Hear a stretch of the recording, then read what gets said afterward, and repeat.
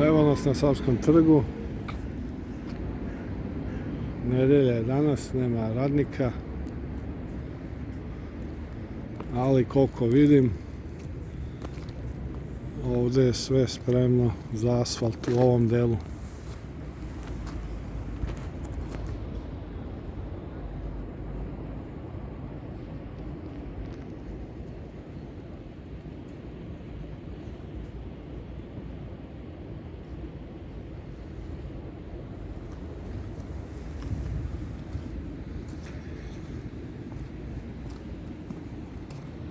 Ovdje su isto šine završene. Održana je probna vožnja tramvajem.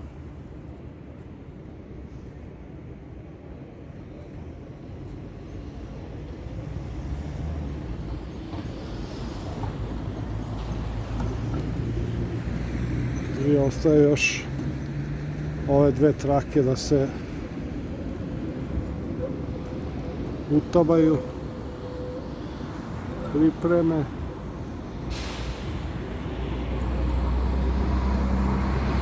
Ali u one druge dve trake asfalt je blizu.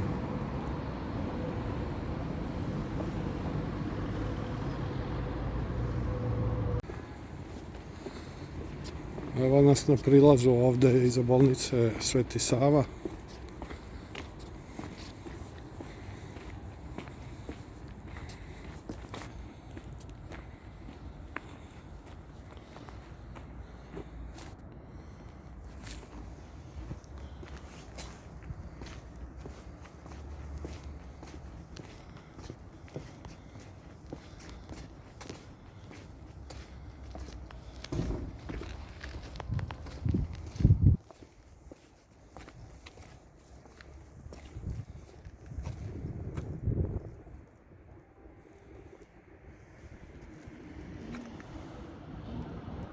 Ovdje je Nemanjina.